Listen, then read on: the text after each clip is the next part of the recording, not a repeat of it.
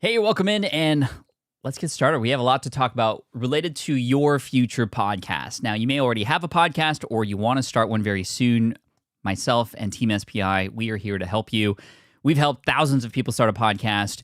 And I just have to say, today's a very special day, not just because we're together and we're connecting. We're going to learn a lot, and you'll be able to watch the replay immediately after this in case you want to go back or you happen to catch this late. But today was the first day out of 850 some odd episodes that I was able to interview Mr. Seth Godin, legendary marketer who I've read his books for years, since 2008 with Purple Cow and Tribes and The Dip and permission marketing, all this stuff. And it was such a cool and absolute honor to be able to have a 45-minute conversation with Seth, and we connected, and I wouldn't have been able to do that without a podcast. So I know some students of ours, some of them, the only reason why they want to start a podcast is to connect with other people. They don't even care about the views and or the listens. They just want to use it as a platform to be able to connect with others. And I was able to finally do that with Seth, which was just amazing. So that episode is going to come out in October. But I wanted to share that with you because that was a big win. And a lot of big wins can happen when you start a podcast. But we have a lot of things to talk about today, like I said. So I want to first ask you to answer a few questions for me. I see already 100 people here in the chat, which is great. If you're watching the replay, you can just answer these questions in your head. But how many of you listen to podcasts? Feel free to spam the chat, yes or no. In most cases nowadays, when you're in a room, especially online, when you ask this audience, do you have a podcast, yes or not? Or do you listen to podcasts? The answer is most of the time yes. In fact, more than half of the population is now listening to podcasts, and the number continues to increase. That's partly because more people are just listening to podcasts, but also because there are more podcasts to listen to. Next question. Chad, I see your answers coming in, and this is great. And thank you for chiming in and for being here and for sharing where you're from or where you're watching. This is amazing. How many podcasts are you subscribed to? This is a very telling answer when you ask this question in a room. So feel free to spam the number of podcasts. You don't have to share which ones, but I know some people who listen to 3 to 5. They're subscribed to that many. And some people who are subscribed to over 50, which that's a little exorbitant. How do you have time to do anything else? I don't know. Either that or you go on very long runs. I don't know. But we'll see how many people subscribe and how many podcasts you're subscribed to. About 15 says Lord of the Rings. I love that name, by the way. 12 or more, maybe 5, 3. So it ranges. But the fact of the matter is people don't just have their one favorite show. They listen to several because not all of these shows can keep up with the daily grind. So there's a lot of opportunity to get in front of audiences because people, as you can see, subscribe to more than one. So you're not actually competing with a single direct podcast. You are competing for just attention and space. Average number of subscriptions per person is 8, at least in America. And here's the big kicker. When you are listening to the podcast, this is my last question for you for now. This will be interactive as we go along. But when you listen to podcasts during a quote-unquote podcast listening session, how many minutes and or hours are you listening for? And when you start to see these answers come in, it starts to become very apparent why podcasting is so powerful, right? When a person maybe reads a blog, they're reading for 5 to 10 minutes, right? And they don't even read every word. When they're watching a YouTube channel, I know this as a YouTuber, when you can get people to stick around for 5 minutes, you're doing a really good job. 5 minutes. Social media, people are reading and going right away. And podcasts, people, Lord of the Rings says 60. Tim Ferriss, 2 to 3 hours long, says Patrick. People are listening for at least 30 minutes at a time on average. And that's kind of on the low end. You can see some more answers coming in a couple of hours. Isn't that kind of mind-blowing when you consider just how fast-paced everything is these days, how short our attention spans are? Podcasting is still the only medium that you can get in front of people for that long. Now, of course, it's not just an automatic thing. You have to create a good hook. You have to have good content, create some value, have some quality. But no other platform gives you this sort of opportunity. And guess what? You don't need a video camera. Yes, we will be talking about video podcasting at the end of this as well. But you don't need a video camera. You can just talk and interview and have a conversation. And people are willing to spend hours with you, which is absolutely nutty. And the numbers just increase over time. This is amazing. Now, when I shared these results on Twitter not too long ago, people would say, Pat, but aren't podcasts saturated, right? There are so many podcasts out there. We're still in the early days. And I said, okay, well, there's still a little over 1 million active podcasts, right? It's still in the early days, in my opinion. Yes, it is saturated, but it's not saturated with valuable content. It's not saturated with quality content. In fact, we're not even close to 1 million active. Matt Medeiros says, as you can see, last 90 days, less than 500,000 active podcasts. So if you can keep up with this, if you can get excited about podcast and stick with it, there are good things that can happen.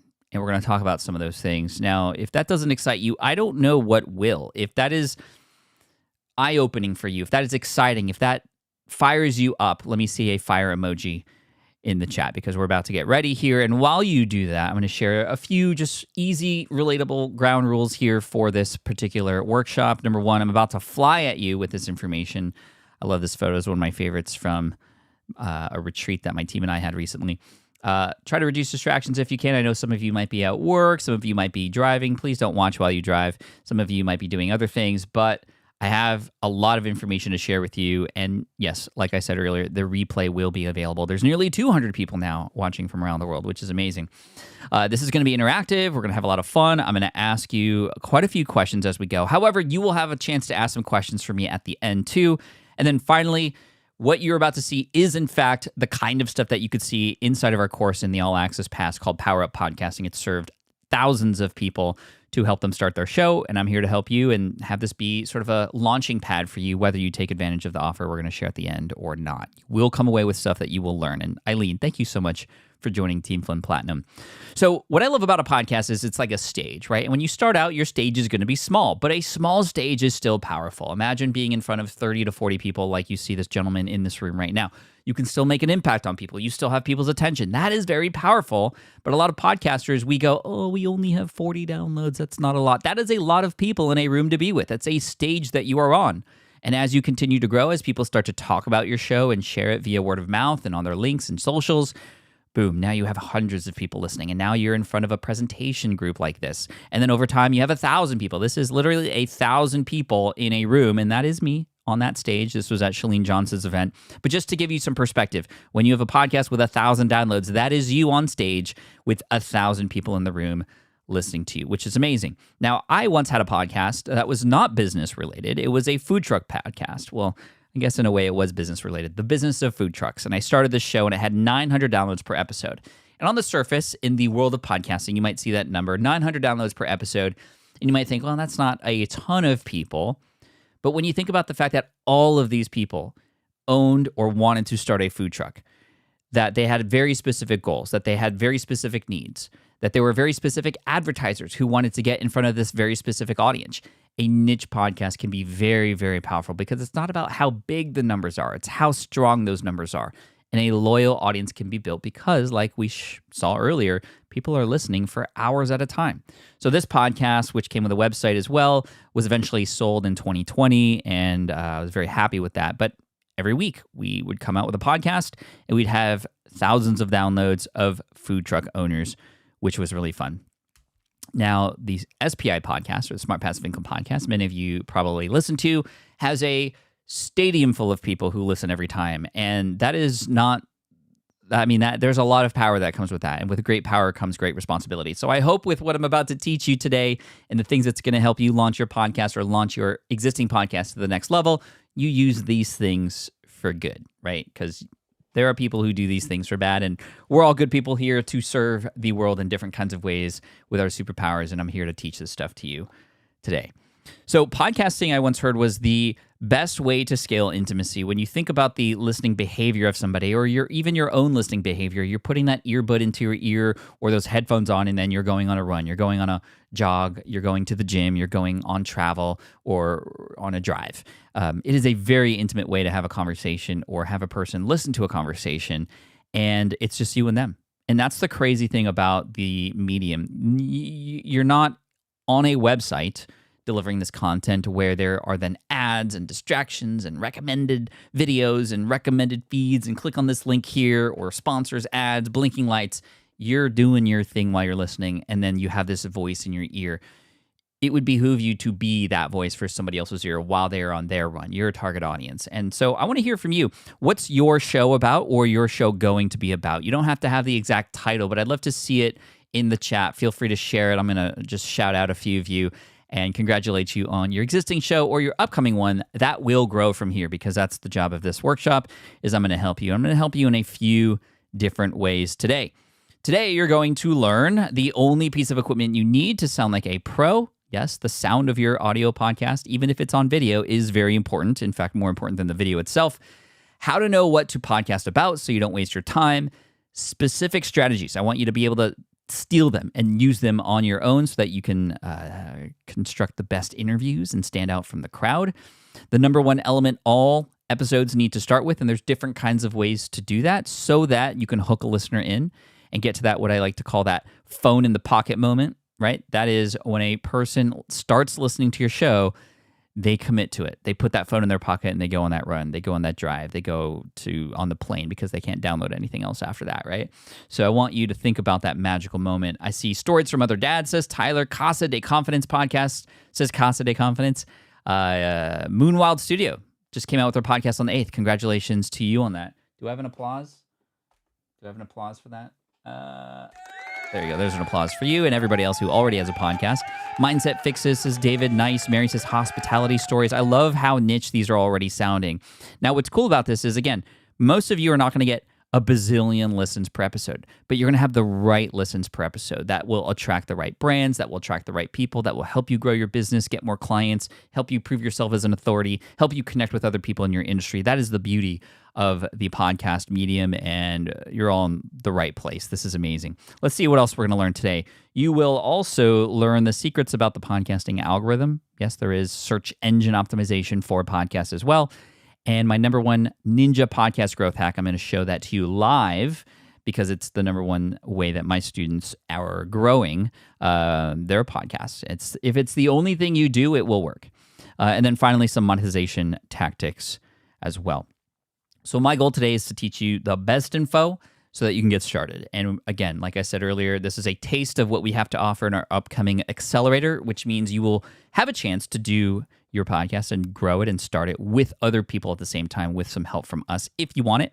And we got to start with some myths, though, because I could teach you any of this stuff, and unless you understand the stories that you're telling yourself in your head about podcasting, you're not going to be able to move forward. So here's podcasting myth number one that we're going to bust, that you have to be a great speaker, storyteller, or interviewer. And the truth is, podcasting will help you become a better speaker and a storyteller.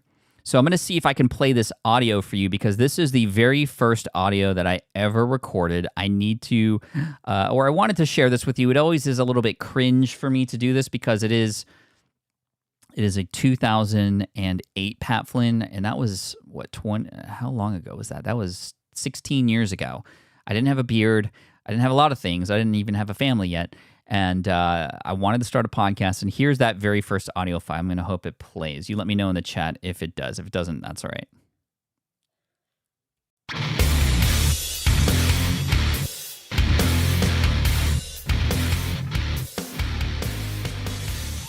Hey, everybody. This is Pat from the Smart Passive Income blog.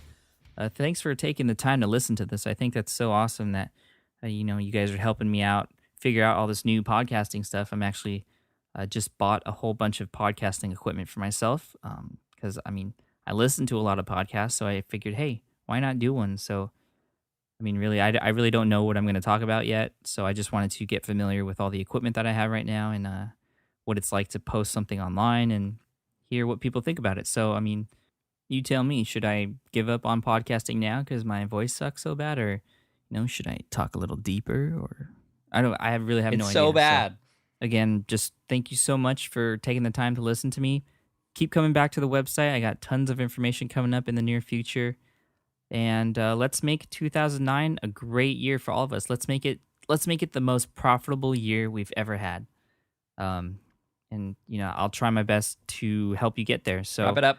Again, good luck with everything. Wrap it up, Pat. Happy holidays. And this is Pat Flynn from the Smart Passive Income blog signing off. Peace. What's with the music that does not fit my personality at all? Okay. That's just, okay, I'm done. I wanted to share that with you because A, we all start from somewhere. B, we all start not knowing what the heck we're doing. And C, you can even hear it in my voice, how timid I was, how I didn't know what was going to happen. And I got so worried and scared about doing a podcast. And this is, again, December of 2008. My first episode didn't come out until July of 2010. A year and a half later, I got in my own way. So my best advice to you here at the start is that it's going to be bad. You're going to have to get through the disaster before you become the master. Or as I like to say, you got to be cringe before they binge. That's my new favorite saying. And by golly, I was cringe. I recorded the first episode 3 times before I published it. And you know what? I just said nothing is going to happen if I just keep getting in my own way. So I got out of my own way. And now 800 and some odd episodes later, I was able to interview Seth Godin today, which was amazing. And I get to have these incredible conversations and connections and, get to serve you in a different kind of way than on a blog and a video. And it's been so much fun. So I just wanted to share that to hopefully encourage you here at the start of your journey.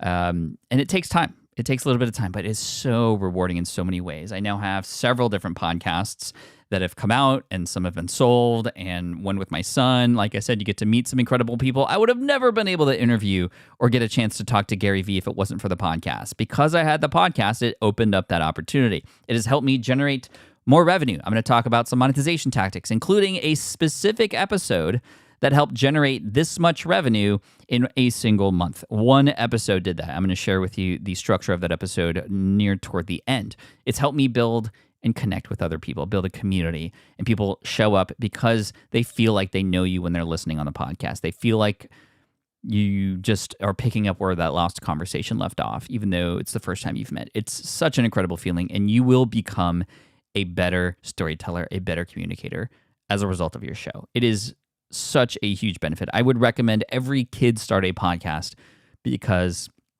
A, it's safer than a YouTube channel, I think, and also it'll just help you become a better presenter.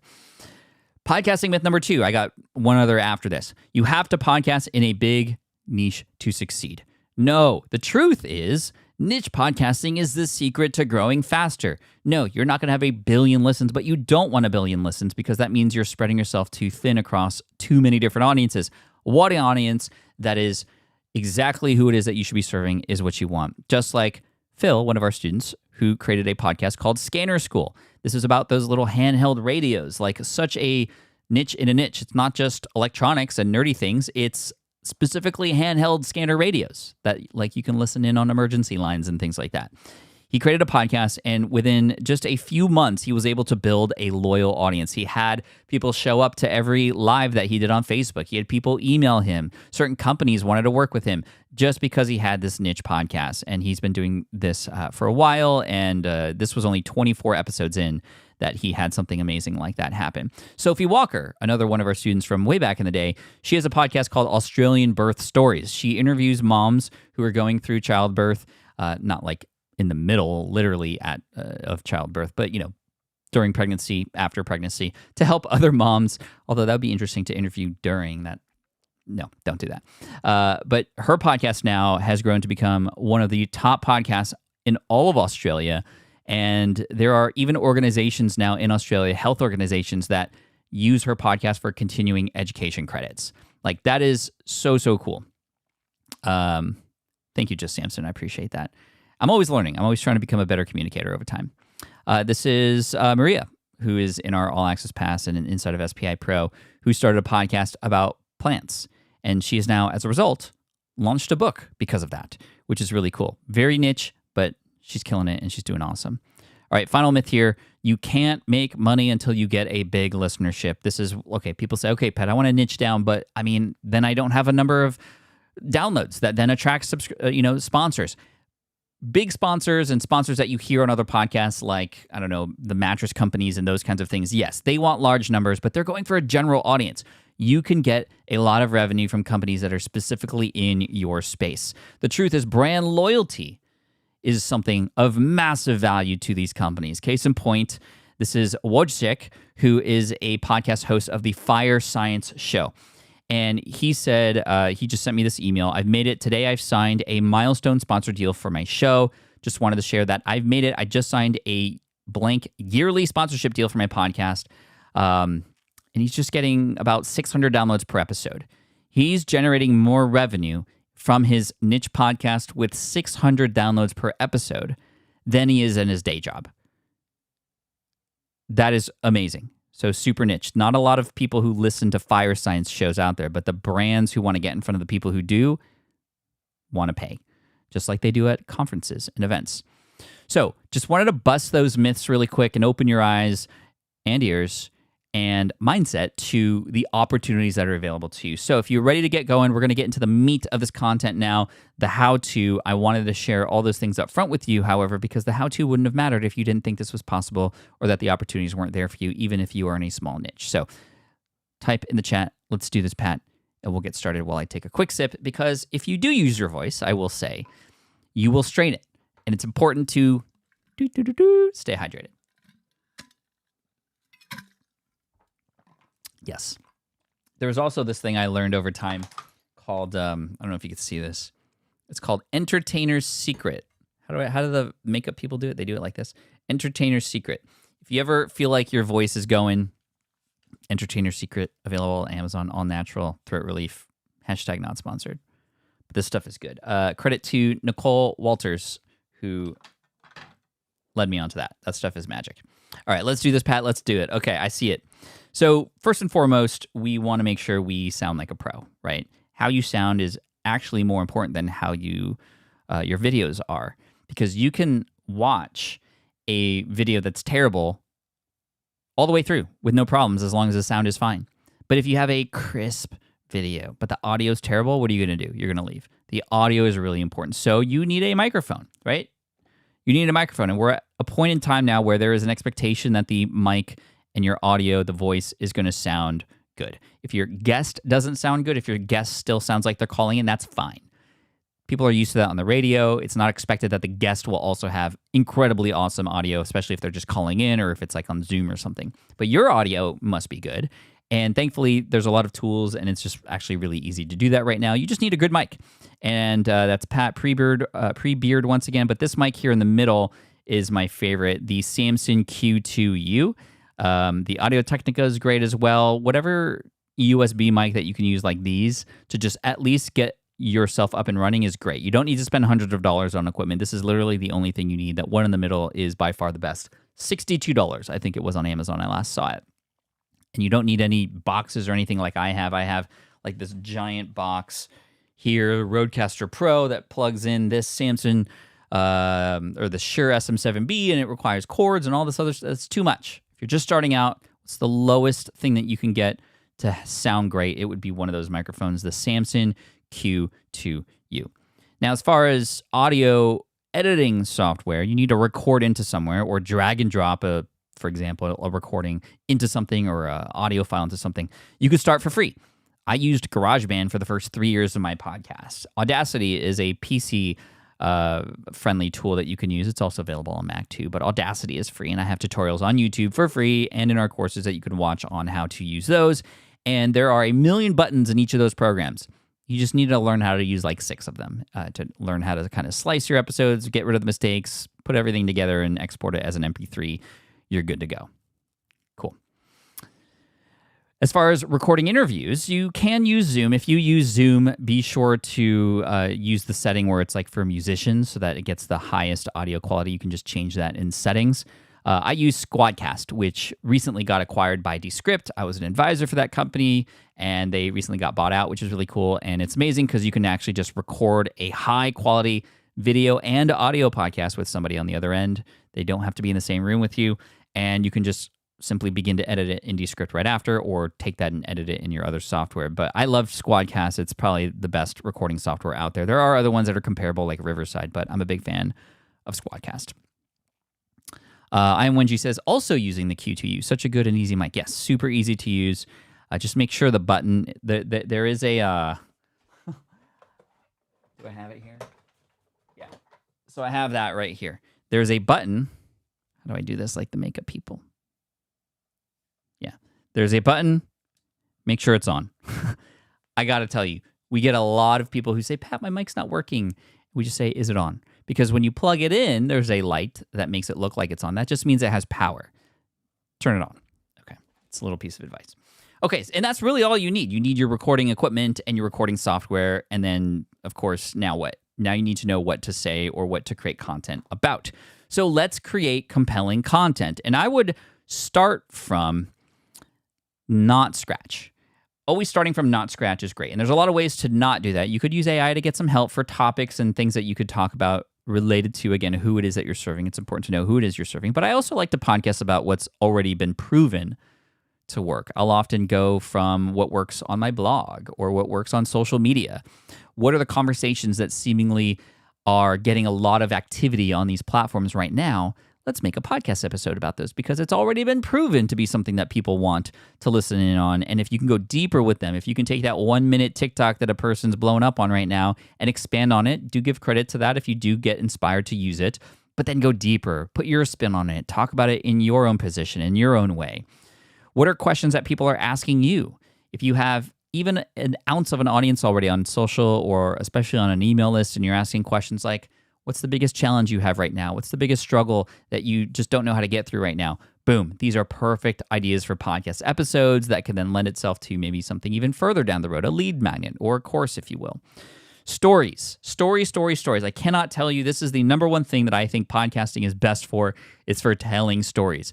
You tell stories as the person who is the host. You get stories as the interviewer. And there are some strategies and tactics I'm going to share with you about that in just a minute to how to get a story out of somebody. Some of the best advice you can get because it really adds color to the conversation. Information alone is readily available in everybody's pocket now, right? The information, the answers are out there. It's the story that's told around those answers. It's how you bring those up. It's how you set the tone. It's how you bring lessons into a real-life relatable situation that will get a person to stick around and listen. But not just that. Those relatable stories get told and retold, just like stories back in caveman days before computers. Feels like the 1980s were caveman days for us. But, I mean, way back, how were things told and information was shared? It was told through stories, right? So stories. If there was one skill that I could just magically Thanos my fingers and give to you, maybe that's not a good example because Thanos made half the world disappear. But if I could just give you a skill that would ultimately help you more than anything right now, not just in podcasting, but with anything, it would be storytelling. So study storytelling. I'm reading a good book right now called Save the Cat. It's actually a screenwriter's book, how to write a screenplay or screenwrite for TV or for movies. There's so many good tidbits in there that we could use for all the kind of content that we want to create, including podcasting. So Save the Cat, and there's many different versions of Save the Cat. Save the Cat writes a novel. Save the Cat writes a TV show. The original one is the best one. Go ahead and download and listen to that. Just Josh, and thank you so much for that super chat. I appreciate you, my friend. We get some Pokemon crossover here, and I absolutely love it. I love when I see my Pokemon friends who are trying to take their content to the next level. I love it. Good call, YM. Make sure that when you are recording, there is a specific moment in the course that many of you will be going through where it shows you how to make sure that the mic that you want is the one that is being inputted into your recording software. So anyway, more technical stuff in there, but for now, let's keep going. Interviews with guests. Now, let's talk about interviews. Here are some tips for you when you conduct an interview. And yes, I would recommend doing interviews because it's A, great way to connect with other people, but B, you can absorb information and then share it from the mind of another person. That's stuff that you couldn't create yourself because you're utilizing somebody else's expertise, somebody else's story, and sharing that, amplifying that to the world. And that's not just great for the relationship, but great for your audience as well. So here are some strategies and tips for conducting great interviews. Be sure to understand that the interview starts before it happens. Before you even hit record, you are helping that person feel comfortable. You're making sure that the scheduling and all that stuff is easy because there are 1,000 things that are said before a spoken word is said when you enter a room or when you're conducting an interview. So make sure that everything is easy and you make the person feel comfortable on the other end. Try to ask open-ended questions. My very first interview, which I never published, I didn't know what I was doing, and I asked questions like, what's your favorite food? What's your favorite color? Right? What's your favorite food? They said spaghetti. And I asked, what was your favorite color? They said blue. And I tried to be funny. I said, so do you like blue spaghetti? And it went nowhere. It was absolutely terrible. When I learned that you should ask open-ended questions so that a person can answer more fully with a story, not just a one-word answer, that's 50% of the game right there. Hunt for the story, though. The best way to hunt for the story when you are interviewing somebody is to literally set them up like this. Say, oh, okay, well, tell me about a time when blank. Tell me about a time when you set up an ad campaign and it didn't go as expected. Tell me about a time when you were a child and you learned something that you still continue to use today. Tell me about a time when blank. Always use that. It is such a great way. I learned that. So many people have taught that. John Lee Dumas, and I think Ezra Glass. There's a lot of people who have used that tactic, and I want to just pass that forward to you. It's not my tactic, but I wanted to share that. Tell me about a time when blank, right? So good. And just let them talk. Listen. That's the hardest thing to do, though, as a podcaster when you're just starting out, because you are so worried about what to say next. What's the next question I'm gonna ask? What if I just blank and I don't know what to do? The best strategy I can offer you when you're doing these interviews is to just be genuinely curious. Be genuinely curious. When you're genuinely curious, you're going to genuinely and attentively listen. You're going to wonder, which is exactly what the audience is doing, and you're more likely to ask the right follow-up questions. The gold lies deep. Don't just get an answer and move on. Get an answer and go, well, why did you do that? Or what happened next? Or what would you do in that situation if you actually had time to think this time? However you want to go deep, be genuinely curious. That will guide your questions. The best advice I've ever gotten. Now, when you start these episodes, right, it's a package. Your podcast is a gift to your listeners. So if the gift didn't have a package, it would be less effective. This is why gift wrapping and putting a bow on it is really nice. This is why in Japan they go really all out with making sure the way it's presented is of value, because there is respect there to that. So respect your audience and don't just go, okay, everybody, hey, you're about to listen to something great. Trust me, package it, which means you need to start the episode with a hook of some sort. A hook comes in many different formats, though. It might come with, here are the 3 things that you're going to learn and why you need to learn them. Because if you don't, then this will happen. Here are the new Facebook ad changes for 2025 coming at you. And if you don't do this, you will lose money. You will lose money if you don't listen to these 3 things that I'm going to share with you that are ultimately going to save you money and are extremely valuable. You could be as simple and clear as that. No fluff. Here's why you need to listen. And if you can't properly share why, then why are you recording the episode? Mic drop. That's mic drop. But some other ways that you can hook people in the beginning is to take a interesting or curiously driven part in the middle of a conversation or in the middle of that episode and bring it up front, and then in a way kind of leave people hanging. Now, you're not going to leave them hanging for good. You will satisfy them when you get to that answer later on, but you're opening it up like a Netflix episode where you tease a little bit. If you've ever watched or listened to The Diary of a CEO, they almost do this so well that I don't listen to the podcast anymore, because I know if I start one of their shows, it's going to hook me in, right? 3 out of 5 people who don't sleep at night have this happen to them. It can feel a little selly, but that's kind of what you have to do. You have to sell people on why they need to invest this time with you to put that phone in their pocket and then listen to the show. So set it up. And again, if you aren't quite sure what those things are, then it's going to be a little bit of a hard thing to do to convince somebody to listen. So again, that's an important thing. Thank you, Marie. Mic drop. No worries, Jesta. You'll be able to watch the replay, but you're getting right into the heat of everything here, and this is fine. You can pick it up right from here.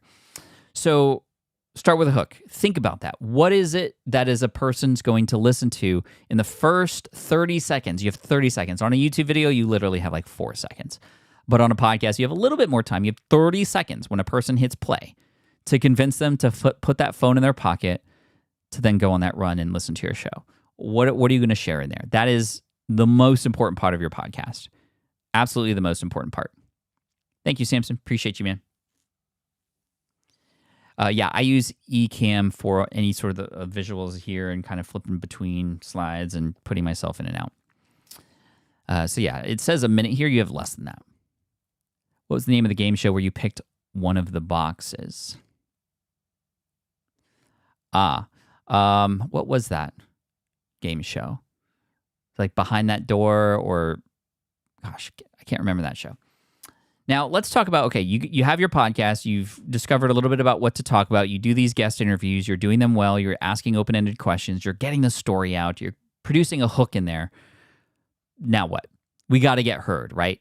It's one thing to just create this thing. It's another thing to market it and get a person or people to find it, to listen, to then talk about it, to get other people to find it. When you do a lot of the things we've already talked about, yes, a lot of this will spread on its own, some faster, some not.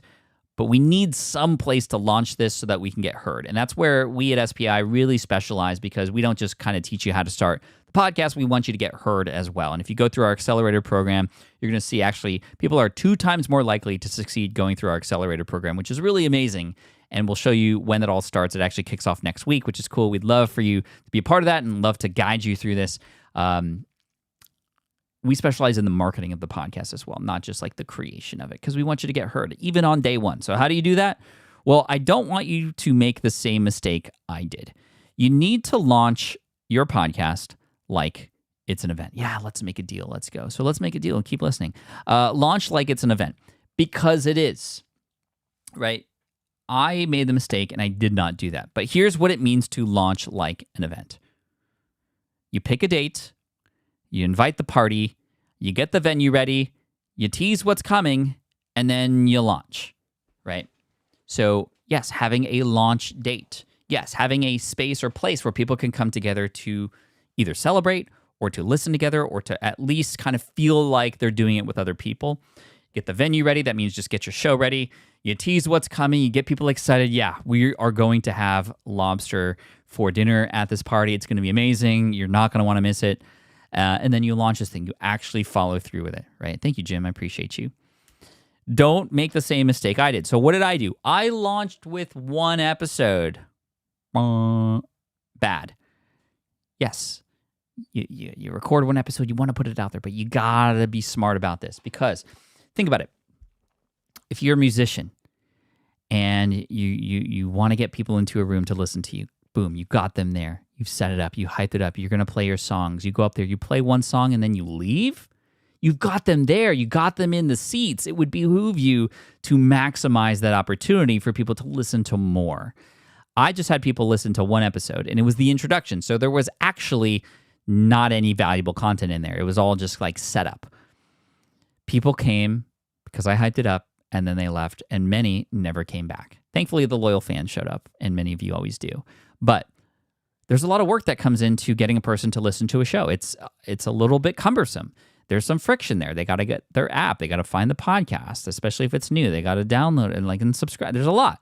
So when they're there, let's maximize that opportunity. So instead of playing 1 song at the concert that you set up, I recommend playing 3, right? So have 3 different podcasts, episodes, 3 episodes in the single podcast, so that people can binge listen to them, because that is the behavior of a podcast listener. They are more likely to binge, especially if they like something that they see or hear.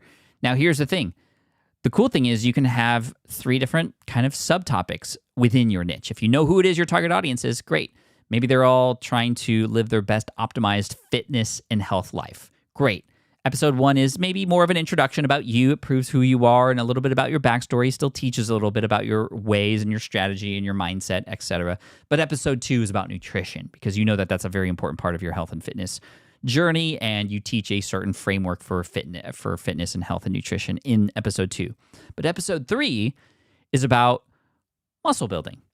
Something that you believe in, whether you're a man or a woman, you muscle build, great, cool. You talk about that in episode 3. A person might come to your podcast and go, okay, I don't want to listen to the intro, but muscle building is really important to me right now, so I'm going to listen to episode 3 first. And then they go 1 and then 2. Or they go 3, 2, 1. Maybe they might listen to episode 2 first because they got the muscle building locked down, but they need help with their nutrition. They're not getting the results they want because they know that they're not getting enough protein intake. So that episode talks about protein intake. Wonderful. You have 10 ways that you consume more protein in the day. Boom. They're going to listen to that episode. Now you have multiple entry points for your podcast as well. There's a lot of things that stack when you launch in that way. Thank you, Jeffrey. Appreciate you. Launch all 3 on the same day. Yes, all 3 on the same day. It's launch day of my podcast.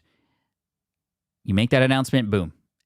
Any one of those 3 they can listen to, and most likely they're going to be listening to 1, 2, and 3, or 3, 2, 1, or 2, 1, 3, 2, 3, 1, whatever the case may be. You're going to get a lot more velocity, because when it comes to the algorithm, which I'm about to share with you, velocity is important. It's just like the Amazon book algorithm, right? You can beat out a book that's been around for a while that has tens of thousands of reviews because you just, in a certain period of time, have more velocity than them in that time. And then things will start to even out after that. Right? Okay, so let's keep going here. I know this is a lot. I'm pouring it a lot on you. In our accelerator, we guide you through all of this kind of week by week for 10 weeks. And boom, at the end, you have your podcast and some listeners. But for right now, let's keep talking. Your podcast, even if it's audio only, there's still a visual component to it that is one of the most important things that you could think of, which is your cover art. Your cover art is key. And a few big mistakes that a lot of people make is they design it on a large computer. But remember, where are people listening to your podcast mostly or finding it for the first time? On their mobile device. So it's tiny, tiny, tiny. So you need to go and design it for a tiny screen as well. It still needs to be a large file, but it needs to be seen even if it was shrunk down. 3,000 by 3,000 is the pixel count. And again, we walk you through this inside of our accelerator when you work with us, but the text is the most important thing of what the show name is. And if you want to include your face because it's a personal brand, that's great too. You can come up with some different ideas. I recommend Canva. It's super easy to use. But if you look at a lot of the slides here, I mean, these are great. I'm not a big fan of cursive because when it's shrunken down, it doesn't work as well. But the letterpress digest, I really love that. I would change the font on that. These are some of our students, by the way. OMG Books with William O'Day. Boom, he's got a cartoon version of himself. I like the one with the banana, Feed Me, Fuel Me. The New 30 podcast is probably my favorite, big and bright, right? This is for 50-year-olds who see something big and bright and go, the New 30 podcast. It talks about and tells you something about what you're going to get when you get out of the show. How do you launch if you don't already have an audience? You begin to start to talk about it even before that day. And even if you have 10 to 20 people on that first day, that's still more than many people are getting, even if they've had a show for a while. So you can kickstart yourself in that way, in a launch-like manner. But when you launch your podcast, as you'll see, that's the time to start to reach out to people, friends and family, and especially colleagues, social media connections, all that you have to make some noise on that launch day. You want to treat it like it's an event because you do have something of value to share, right? You want to treat it almost more like it's not for you, it's for them. This is something of value that you're finally being able to present to the world. And even if you have a small audience, a little bit of listenership goes a long way because people start to talk about this thing, especially if you can match the problems and the solutions and you're talking their language, they're feeling like they finally found their relatable podcast. Things begin to pick up from there. Brandon says, what would you recommend on finding guests for a podcast? Start with people you already know. That's always going to be easiest. Then the second degree, start with people who you know who may know somebody. Get an introduction to those people. Those are always going to be the quickest and fastest ways to get guests on the show. And there are some services out there where you can go and get guests on your podcast. Those work sometimes they don't. And the other thing is get on their radar first. Before you ask for a person to come on your show, it's always great to build a relationship with them first, to maybe be a part of their community, to offer some value to their community. And then the ask doesn't come out of nowhere anymore. It becomes almost like a return. For a solo podcast, what's going to be valuable is knowing exactly who your audience is and what they need help with. Speak to them, relate to them, tell your story so that they feel like a part of them is with that story as well. That's how you become relatable and teach and get those hooks down on those solo podcasts. Solo podcasts are hard. It's hard to talk for 30 minutes straight. Have your script ready. Don't script every single word. Just have a detailed sort of bulleted point list of where you want to go. And don't feel like you have to do it all in one take. That's the biggest lesson I learned when doing solo shows. I used to try to record a 30-minute episode in one take, which is nearly impossible. Very rarely does that happen. Now, I just record the whole thing, and when I make a mistake, this is a big tip. I wasn't going to get into this, but since we're here, when I'm recording a solo podcast, I'm recording into the microphone, I hit record, and it doesn't stop until I get to the very end. Mistakes and everything are all in there. I use editing to remove those mistakes out and just put the good parts together. How do I know where to find the mistakes? Well, you can go and listen and take the mistakes out. Or when you make a mistake, you just go, oh, my dogs heard that. Or I go something so that you can see that mark in the WAV file. And you know that if there's a series of claps or marks in that WAV file, when those series ends, that means you know that the next one was the best take. So that you can just see all those things and remove them right away without even having to go back. Thank you, Josh. Appreciate you. All right, let's keep going here. let's talk about this real quick. This is the Apple Podcast rankings. Again, it's all velocity, right? So the number of new subscribers and downloads and ratings and reviews that can happen within a short period of time equals higher rankings. So if you've had a podcast for a while, maybe you're not where you want to be, like what January just said, you can treat an upcoming episode like it's an event and try to get some velocity. This is how you can start to rank higher, get more people talking about it, and try to hit another tipping point where then things start to happen automatically, right? It's almost like pulling a motor. You need to kind of pull it a few times, and then one time it just gets that right pull, and then boom, the engine starts going. So this is why treating an upcoming show or the launch of your podcast like an event is cool, because you have more subscribers, downloads, ratings. You can run giveaways or contests, or, hey, if any of you write a review, give me a screenshot. I'll pick one lucky person and we'll do a 30-minute call together. Whatever you can do to structure a way to provide value to those who do take action and help you out can be great. And you'll get higher rankings. You'll start to see yourself go up. We had a student of ours recently, Boots is her name. She actually renamed her podcast.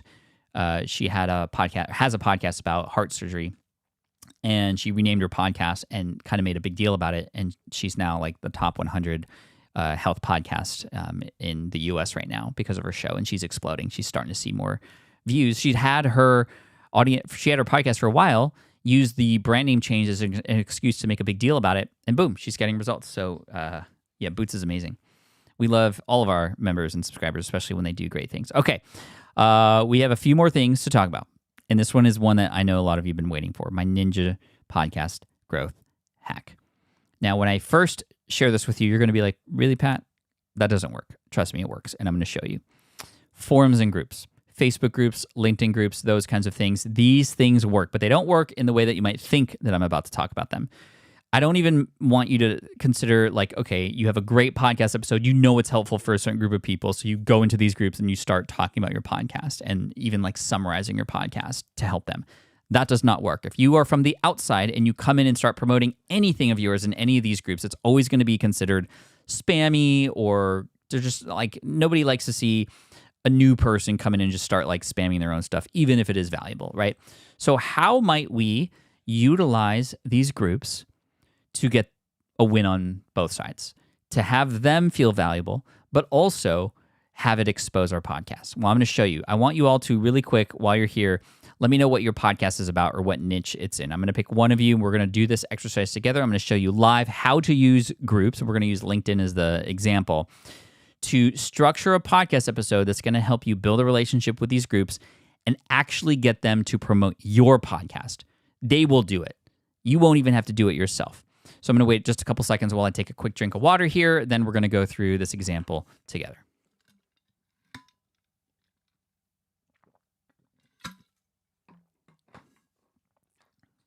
DIY backyard gardening. Cool. A lot of great ones coming in too. But let's do gardening, right? So I'm going to go into, actually, let's go here. I'm going to go into LinkedIn, and I'm going to look up gardening. So this is gardening. And if you click on groups right here, you will see the groups. And this is on LinkedIn, by the way. Mastering gardening people, home and garden decoration. Let's look at some of these groups. The Gardening Seeds Guide. There's a lot of groups here. It's gardening, but it's on LinkedIn. And look at that. 8,000 members, 7,000 members. Let's go here. I'm not going to click join. I just want to look at this. 6,690 members. I can see some different. Here we go. This is what we want. Rob Corton. Let's go to Rob. Rob is the founder of the gardening group on LinkedIn. I'm going to reach out to Rob, send him a message. If I can't find him here, I might find him on X or on Facebook or on Twitter, whatever it might be, and send him a message. Sometimes on LinkedIn especially, you might have to have premium in order to send a message, but you can still find these people. Facebook groups is a great way to do this. You don't need premium to be able to send a message. But I'm going to reach out to Rob. Again, Rob has a group on LinkedIn for gardening, and I have a gardening podcast. I'm going to go to Rob and say, hey, Rob, I see you have this amazing community on LinkedIn for gardening. I would love to feature you and one of your tips on my upcoming podcast. What's one thing you wish you knew before learning how to garden or before starting your backyard garden? If you could just click on this link and leave your message, I will pop it in the podcast, and I'll make sure to link to your group too. What's that link? It could be to a Google voicemail, or I like a tool called SpeakPipe. SpeakPipe is one of my favorites. Let me just share it here really quick. SpeakPipe is a really cool website where you can send a link to somebody and just get a voice message. It becomes an MP3, and you can just take that MP3 and pop it into your podcast, right? So I got Rob's tip. Then I'm going to go to another group, and then another group, and then another group. I got John, I got Jody, I got Janice. They're all J names for some reason. But I get all their tips. I get 10 tips from 10 different groups, and I compile them into this amazing episode. These seasoned gardeners who share their number one tip that they would offer to people just starting out. How valuable of an episode that is. That's very valuable for the listeners. But guess who it's also valuable for? It's valuable for these people who I featured. What are the chances that they will publish this podcast episode inside of those groups themselves? The chances are extremely, extremely high. Why? Because you've made them look like a genius or a hero, and now they get to share that in front of people, in front of their people. This is exactly what a group owner wants. They want to look good in front of their people. It establishes more authority, and guess what? You and your podcast has given them a little bit of authority to do that. And this is such a powerful strategy. You can have, if you have 10 tips from 10 different people in there, 10 different links in all these specific groups linking back to your podcast. This is huge. This is a great way to launch your podcast too, by collating all these things, by being an expert curator, if you will. Some of our students are using just this strategy alone, and there's a part 2 to this. You can take, maybe Rob's was the best one. And I go back to Rob and I go, hey, Rob, your tip was really amazing. We had a lot of people talk about that. I'd love to invite you on the show just to talk for 30 minutes, 45 minutes about gardening in general and hear from you even more. And the reason that you have that 2-phase approach is because you might not know that they may or may not be good on the podcast, right? I've tweaked the strategy a little bit because a few times I've done this in different niches. The person just wasn't good on the podcast. But a 1-minute tip is typically going to be great. But you'll be able to get a sense and a vibe of a person and how much excitement they have, what they might be like on a bigger interview once you go through this strategy. This works every time. You're helping these people get some love. You're getting some love because they're pushing you out into their audience on their behalf. It works. So go ahead and take that and use that. It works every single time. And you can change the question every time. Maybe every 20 episodes, you come up with a different question. What's the number one plant that you recommend people would plant that they haven't yet? I don't know. I'm just making this up. So yes. It takes a little bit of work, but you're not doing anything new. You're just creating connections in the way that people haven't before because you have a podcast. That's what's so cool about that strategy. It's free to do. It just takes a little bit of time and work. Cool. All right, let's talk about monetization. Now, there's a number of different ways to monetize your podcast. The number one way people think about is sponsorships and advertising. That can be very difficult because you might not have those numbers that support certain sponsors and advertisers and their campaigns.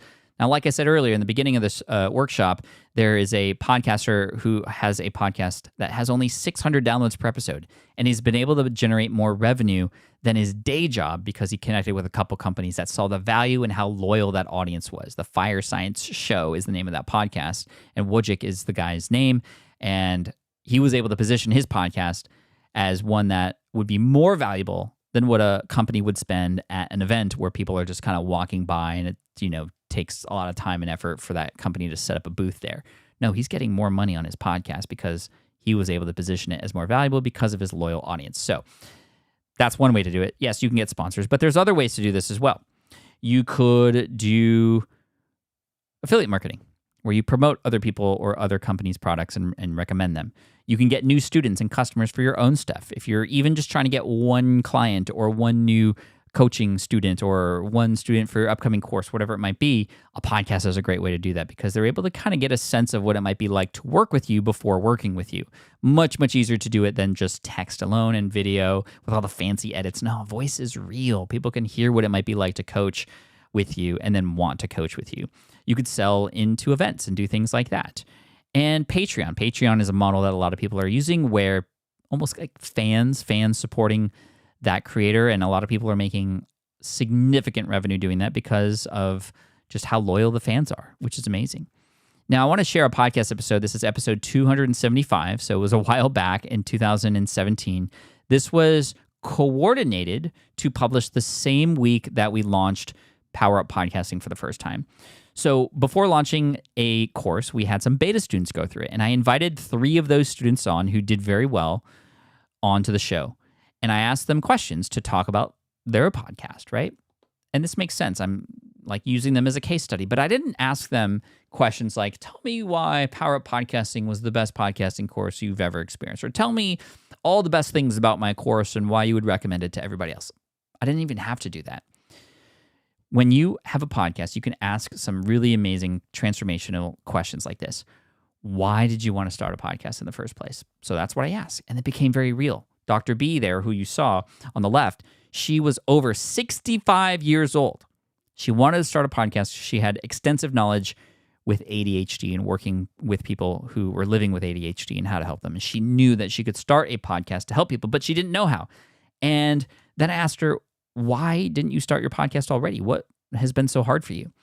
Oh my gosh, Pat, the challenges of technology for a 65-year-old like me, it's so hard. So she was talking about this. What do you think the listeners are listening to at the same time? They're listening to a version of themselves. They're hearing a 65-year-old talk about the struggles of technology, but then they also hear the fact that my course was able to help them. Unprompted, Dr. B said, oh, but Pat, you made it so easy for me. You helped me launch something I never thought I'd do possible. And now that I'm here, I'm able to be a part of these other organizations. I'm in 33 countries all around the world now. The most glowing testimonial without even feeling like a testimonial. It was just a before and after picture in audio format, right? So she's amazing. Dr. B, Dr. Shannon Irvin in the middle there, she was talking about how she was taking her offline business and turning it into an online one, and the podcast helped her do that.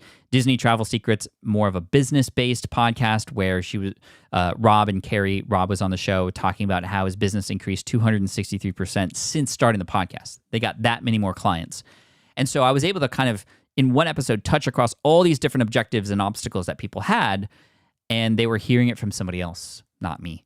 So when you have a show, if for none other reason than to bring your own students on, your own clients, your own customers on to talk about their experience with your product, oh my gosh, it can be worth it just for that reason alone. Just for that reason alone. Yeah, Mark, there's no limit. There is no limit to age on podcasting. So I have a question to ask you. What was the number one most helpful thing you learned during our training today? I shared a lot of things with you, from the marketing tips and using Facebook groups and forums and LinkedIn groups in different kinds of ways, to getting started with your show, to tips for interviews, to how to figure out what to create content about. I kind of gave you a nice little rundown of a step-by-step approach. However, of course, I know that many of you need a little bit more help and some hand-holding along the way. I told you earlier that what you saw is basically what we teach inside of our course and our accelerator Power Up Podcasting. But we have something special happening next week. Next week, we are launching, I don't know what iteration this is, Ashley. Ashley is from Team SPI in the chat, but I don't know how many times we've run this accelerator, but it's always our favorite to run because we see clear results from students who go through this course. And by accelerator, I mean you're going through it with other people at the same time. If you are a member of the All Access Pass, you can take any of our courses at any time. You have access to all of them. But we run these accelerators in little packs and little cohorts over time so that we can help you through these things together. And thank you for all the amazing stuff that you see that you've learned today, which is amazing. All the importance of capturing their attention in the first 30 seconds. Yes, package that thing. Asking group admins for the number one tip. Awesome advice. 3 shows when you launch. Amazing. We want to help you do that. So if you say yes in the chat, I'd love to ask your permission to share a bit more about our upcoming accelerator. So just type yes in the chat if that's okay, because this is an opportunity that you have. And something has brought us together here today. So if you've been on the edge of starting a podcast and you aren't quite sure how to do it, or you just need that kickstart, we are here to help. We've helped thousands of other people. We want to help you too. This is our second time running it. Okay. That's right. I'm confused because we've actually run this in person before, and I've run it in person a few times, like little workshops that cost a few $1,000s here in San Diego. That was pre-pandemic though. But having it built into the community in this way has been really neat. Awesome. Thank you. So Power Up Podcasting, this is our 3.0 version. We recently updated it with some stuff for video podcasting. You don't need to do a video podcast, but we had a lot of people ask, okay, how do I do that? How do I edit my show? How do I capture both at the same time, audio and video? Yes, you can capture the audio and video and just take clips out, but you can publish the full thing on YouTube and other places too. And we have a new module about how to do that inside of Power Up Podcasting in the 3.0 version. So this is latest up-to-date stuff. But the course walks you through in this manner. We walk you through pre-launch. So in the first couple weeks, if you're in the accelerator, we drip you the lessons you need to know in those first few weeks. Every week you get a certain new batch of lessons. So it's not like it's just you're on your own. We're working through it with you. You get access to office hours each week to make sure you get through all the stuff that you need to open up the next week. But during pre-launch, we help you develop your perfect show concept, understand the tools and tactics that you need. We order your equipment, all that good stuff, create evergreen content over time. We teach you how to be attractive on the microphone, how to use the microphone in a way to better portray your voice, the art of the ask to get people to say yes to coming on your show, being an effective interviewer, and create call to action so that when people listen and you've gotten their attention, you absolutely have permission to tell them where to go next, where to subscribe, what to do, what actions to take. We want to teach you how to do that too, how to master your introductory hook, find your competitive edge, and launch your personalized launch plan. Then we figure out what date you're going to launch your podcast. It might be a month in the future, 2 months. Some people do this in just a couple weeks, which is wild, but typically in a month or two, you'd be able to have your podcast ready. And we want to make sure that we prepare it properly to launch in all the top directories, including Apple Podcasts and Spotify, how to get the most support from your network so when you launch, you're not just launching to crickets, and build massive anticipation for your launch event. And then your launch day, we go big, we celebrate together, and you power up your business. But it doesn't end there. We want you to begin to remove yourself from that process.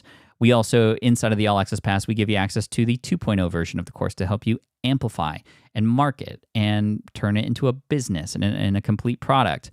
And we talk about rankings and how to keep your show at the top too, how to monetize, maximize advertising income. This is all built in, and you'll see it week by week if you go through it with us in the accelerator. And then, like I said, the new video podcasting module, which is amazing. We used to sell Power Up Podcasting standalone by itself for $699. And we did that for 4 years straight. And we had thousands of people go through, which was amazing. And it was successful. We helped many, many people start their show, many people who have gone full-time with it now. Like I said, I taught this in person as well. This was Shannon, one of our beta students who you saw earlier in that podcast episode, coming in to talk about her success with her show in front of my students. And this was a live event that happened in San Diego a couple times before the pandemic, and that cost $5,000 to join. Now, the All Access Pass is something that we launched in 2022. With over a dozen courses and workshops under our belt, it was easier for us to just package them all up into one program for you to join and then help you figure out which one of those was best for you at the time.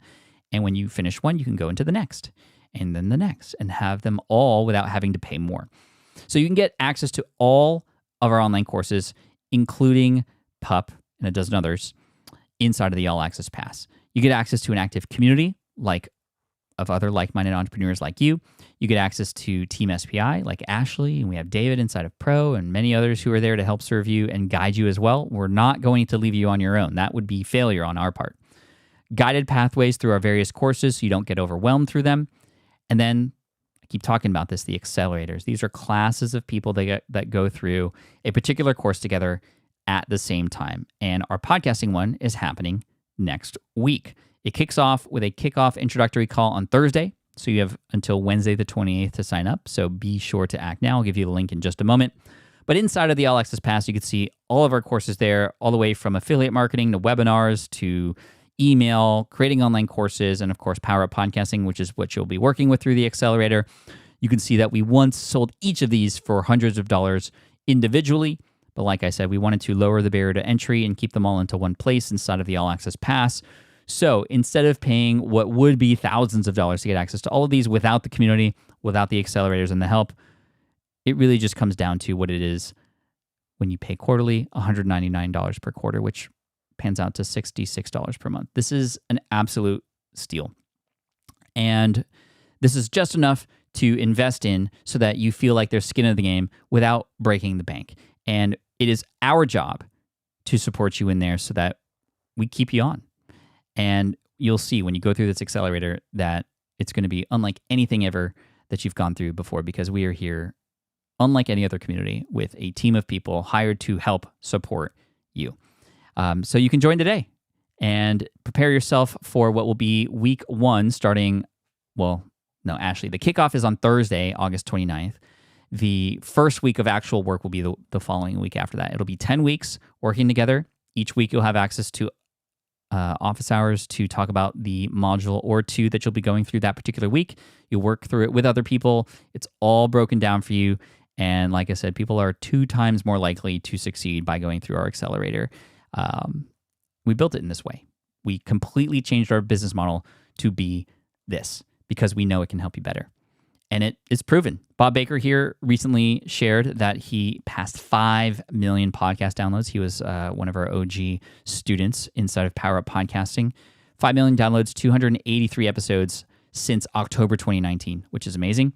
And as you can see here, he finished the podcasting stuff and he's like, okay, I need to go now into the advertising course and the sponsorship course, which are just readily available if you're part of this thing, if you're part of the All Access Pass.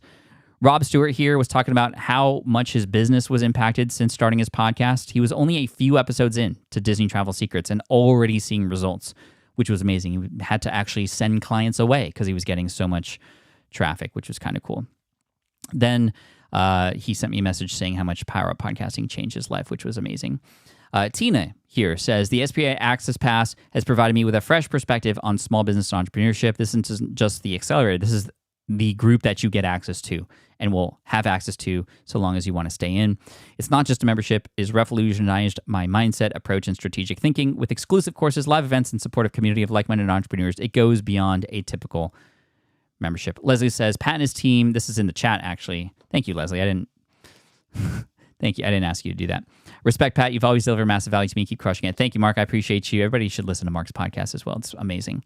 I'm an SPI member, says Leslie, and I have the All Access Pass. Pat and his team are great, and the community is wonderful, always available to provide feedback. This isn't just some made-up thing, people. This is something we structured to be at the forefront of how education should be done in the entrepreneurship space. It should be done together, and we are here to help you and support you with that. So if you go to this link right here, smartpassiveincome.com/pup, you'll get access to the Power Up Podcasting page, and that's where you can sign up and get ready for the upcoming accelerator. That'll take you a page that looks like this.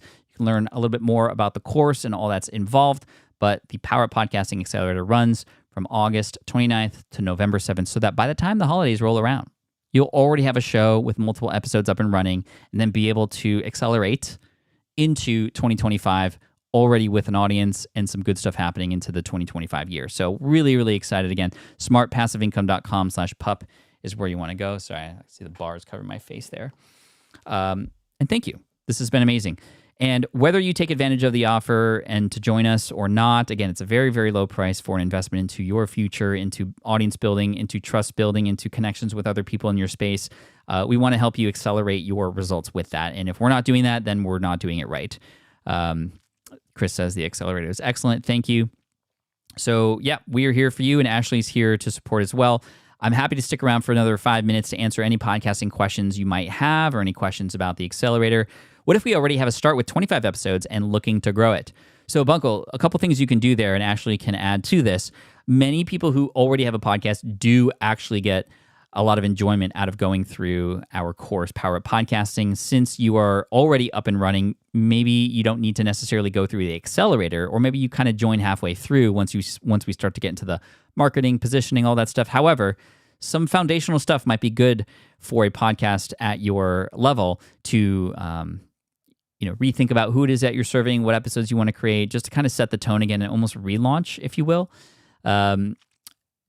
You could also join the All Access Pass and skip Power Up Podcasting and go straight to our Amped Up Podcasting course, which would be at this time on your own to take, but it is freely available to you in there to go through at your own pace if you wanted to. We have run an accelerator for Amped Up Podcasting, which we may very well do in the future. Which accelerators we do is really up to the community, and Ashley leads those fronts.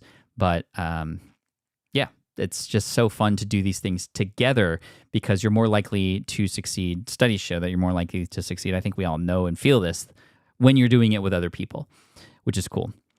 Can 2 people join in together, mom and son, or can they be separate? Kim, it's totally okay if they come in together, as long as both names are on the account. Been following Pat for nearly a decade now, drift away for a bit, then YouTube put this stuff in my feed again. And what I found tuning back in is Pat still over-delivers. Thank you, Mike. I appreciate that. Welcome back, by the way. I hope all is well with you and your journey and what you have going on. Ashley is just firing away at these questions. Absolutely amazing. You guys won't see me as David the Fit Bro, LOL. Okay, cool. Gotcha.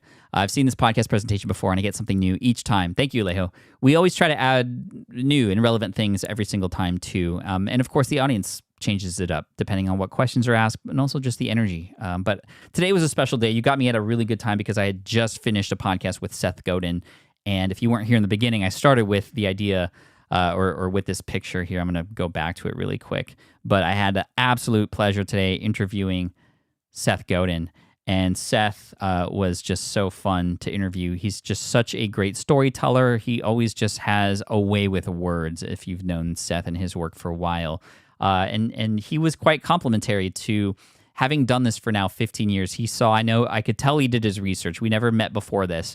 But he, without prompting anything, said, wow, like to have done the podcast for this long shows me that you're doing it for the right reasons. And that was such a huge compliment because I hope that you all agree too. Like we could have gone in many different directions, a podcast, although it's not quote unquote like the brand new thing to do. I'm still doing it. And I still think it is hot and something people should take advantage of because although there are now millions of podcasts, the podcast world is not saturated with value. The podcasting world is not saturated with quality. And that's where you can come in and hopefully with our help, bring some quality up there for everybody too.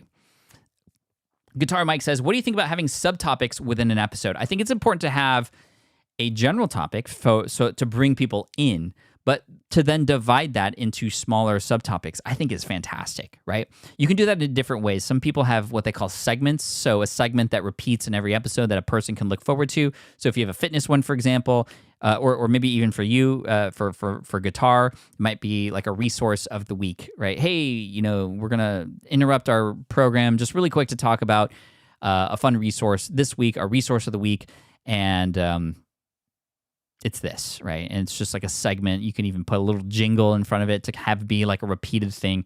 Or you can break it down. In fact, I think it would be helpful for an audience to go, hey, here's the big topic we're talking about. We're talking about fitness today, but we're going to break it down into 3 sections. Number 1, we're going to talk about muscle and protein and the biggest mistakes that you're probably making when it comes to your diet.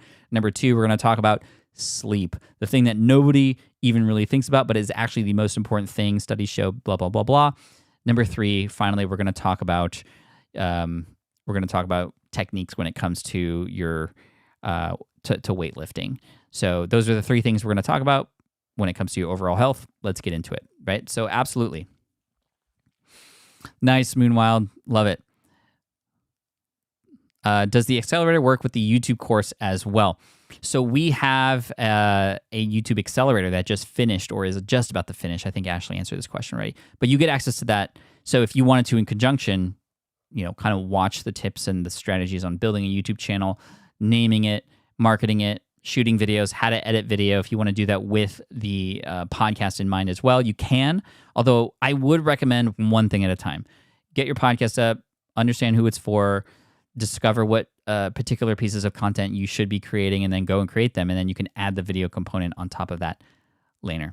Thank you, Stephanie. Currently have a gaming podcast about 5 episodes in. Okay, cool, nice.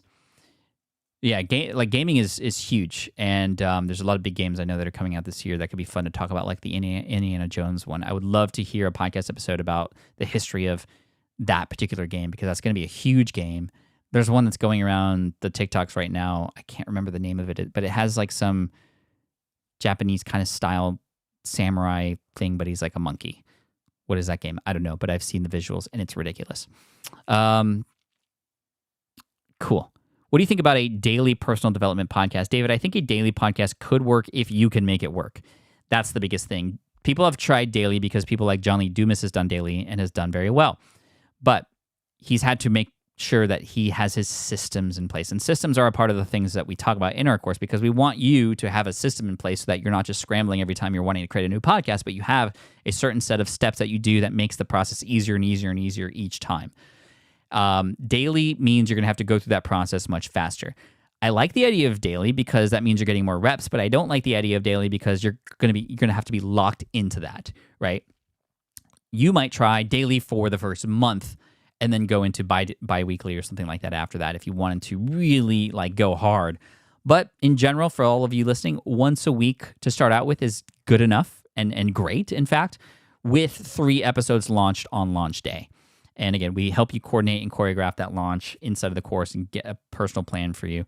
Yeah, Wukong. Oh my gosh, that game looks amazing, Brandon. What would be your one advice for a 20-year-old that wants to start his podcast? Get out of your way and start now. There can be so many ways that you can tell yourself to not do it and talk yourself out of it. But once you get going, just like I shared earlier in the show when I started and I had that terrible audio, you got to be cringe before they binge. You will be better at editing every time you do it. You'll be better at communicating every time you do it. By waiting, you are waiting for you are delaying the opportunity to improve. And that would be my best advice. Just get started.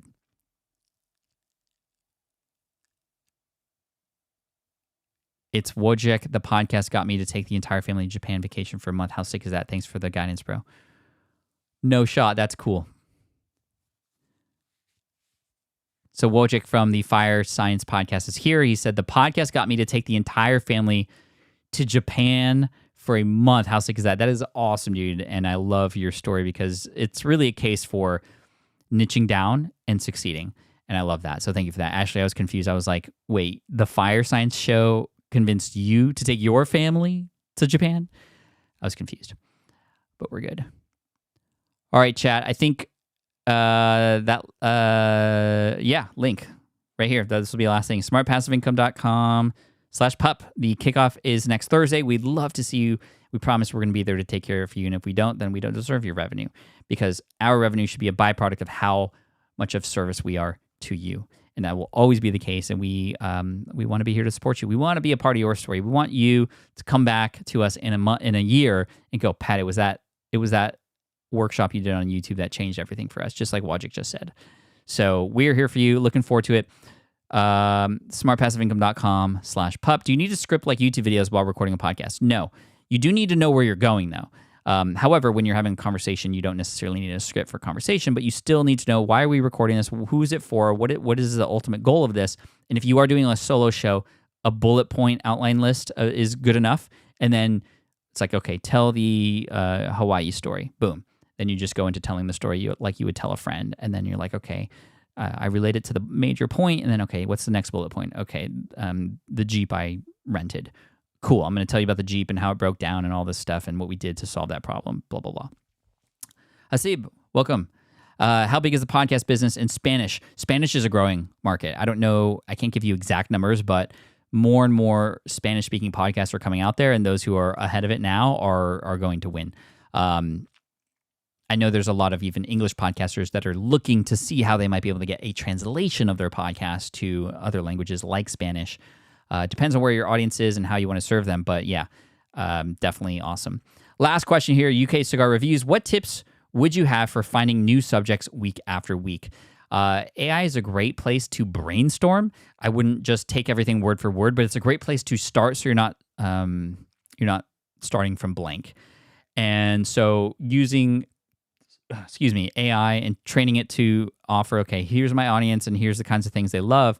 What are 20 different podcast ideas that I could run off of? Who are the people in the space that I'm in that I should be looking to interview? Great place to start. Look at trending topics. Look at what is hot on social. Look at the hashtags related to your space to see what people are talking about, what the most popular topics are. Go into other communities, like literal communities like I showed you on LinkedIn and Facebook. See what people are talking about. See if you can sort by most popular. Those are signs that those are topics that are of interest, and a podcast is a great place to go deeper on them. So thank you so much for today, everybody. I appreciate you. This was absolutely fantastic. What a great day to go from interviewing Seth Godin on the same day I get to deliver this and hopefully change a lot of your lives. It's amazing. Investor Sewers says, I've just passed the 2.5 million downloads mark with the podcast I created 4 years ago, and I'm still having a lot of fun producing content. Perfect way to end. Thank you for that, Investors, and congratulations to you. Congratulations to everybody, in fact, for all the amazing support, and I look forward to serving you, and Ashley's here, and we're all here to help you inside the accelerator. smartpassiveincome.com/pup. We'll see you there. Peace, everybody. Thank you so much. Tremendous.